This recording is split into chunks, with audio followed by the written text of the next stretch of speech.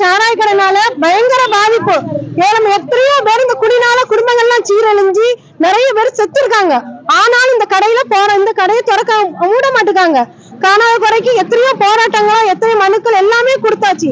ஆனாலும் ஒரு கதையும் நடக்கப்பாடு இல்லை. எங்களுக்கு இந்த கடை ஃபுல்லா மூடி தரணும். அப்பதான் இங்க ஒரு கல்யாண காட்சி வந்தா 6 மணிக்கு மேல இவங்களுக்குள்ள நடமாட முடியாது. ஸ்கூல் பிள்ளைங்களுக்கு போக முடிய மாட்டாங்க.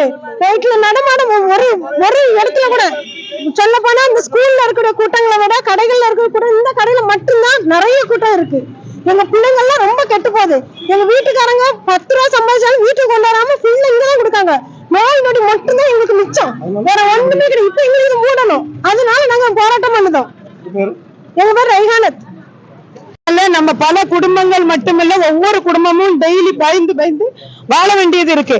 சிறு குழந்தைகளும் இதை பார்த்து ஆரம்பிக்கிறது மாதிரியே இருக்கு.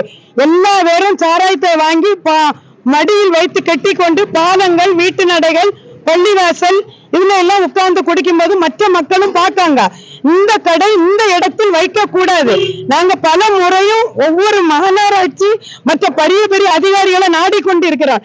இன்று வரை இந்த மணி நிமிஷம் வரைக்கும் இந்த கடை செயல்பட்டு கொண்டிருக்கிறது. இனிமேல் இந்த கடையை முழுவதுமாக மூடணும். அதை மீறி திறந்தால் நாங்க இன்னும் பல பல போராட்டங்களை கையில் எடுப்போம்.